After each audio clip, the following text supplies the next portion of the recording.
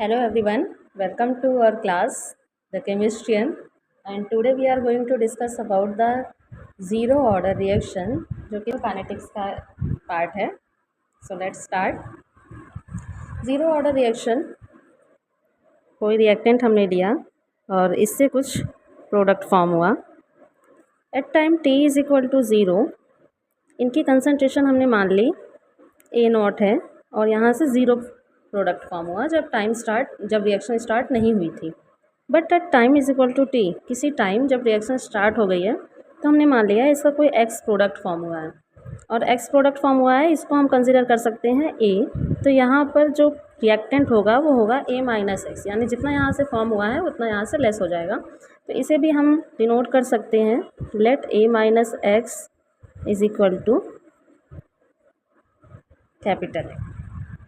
तो ये हमने लेट किया है और ए को हमने लेट किया है ए नॉट, जो कि है इनिशियल कंसंट्रेशन, और A naught is a initial concentration and A is a final concentration. Concentration को हम लोग स्क्वायर ब्रैकेट में शो करते हैं.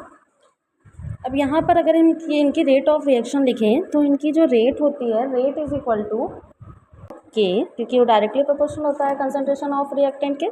तो के इज़ एक कांस्टेंट आता है, के इज़ कंसंट्रेशन ऑफ ए की पावर ज़ीरो, यानी जो उसकी रिएक्टेंट की कंसंट्रेशन है उसकी पावर ज़ीरो.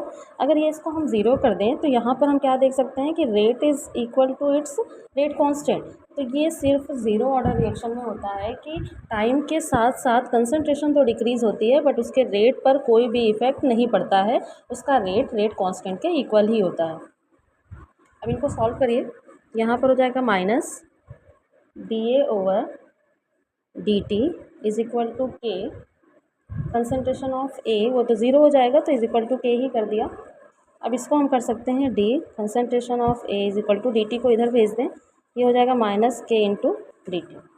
अब टेकिंग इंटीग्रल, अब हम यहाँ पर इंटीग्रेशन करते हैं. सो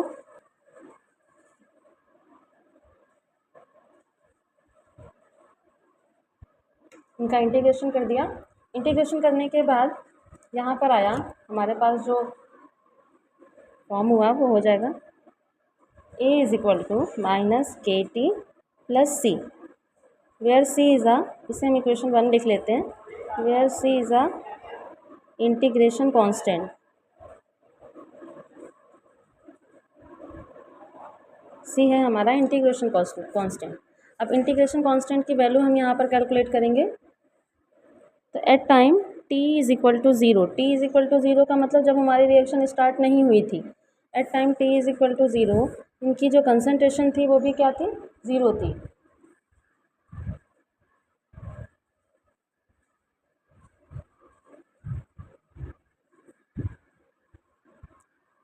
eight time t is equal to zero concentration of A यानी फाइनल कंसंट्रेशन जो थी वो इनिशियल कंसंट्रेशन के इक्वल ही थी, तो इसलिए हम यहाँ पर यह वैल्यू रख दिए हैं. अब इन वैल्यू को हम इक्वेशन 1 में पुट करेंगे.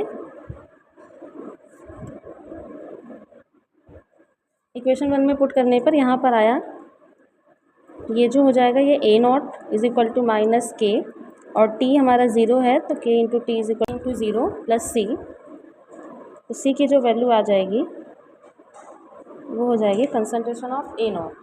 अब इसे हम इक्वेशन 1 में पुट कर देंगे. पुट इन इक्वेशन 1, यहाँ पर आ जाएगा concentration of A is equal to minus K T plus A not, यानी जो ओवरऑल यहाँ पर इक्वेशन बनेगी वो बनेगी K is equal to A not minus A upon T, A not minus A upon T. ये हमारी इक्वेशन बन गई.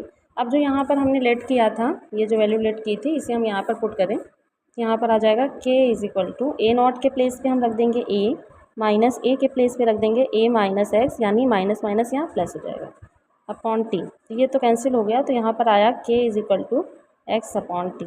ये है rate law equation for zero order reaction.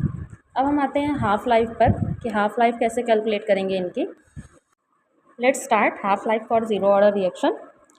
Zero order reaction की अभी जो हम लोगों ने इक्वेशन निकाली है, इक्वेशन हम लोगों ने कैलकुलेट करी है K is equal to concentration of A not minus concentration of A, where A is a final concentration, A naught is a initial concentration upon T. अब हाफ लाइफ है तो हाफ लाइफ के लिए T जो हो जाएगा वो T half हो जाएगा, और जो फाइनल कंसंट्रेशन होगी वो इनिशियल कंसंट्रेशन की हाफ हो जाएगी। ये वैल्यूज़ हम इसमें पुट कर देंगे, तो K is equal to A not minus A not by 2 और T हो जाएगा T हाफ।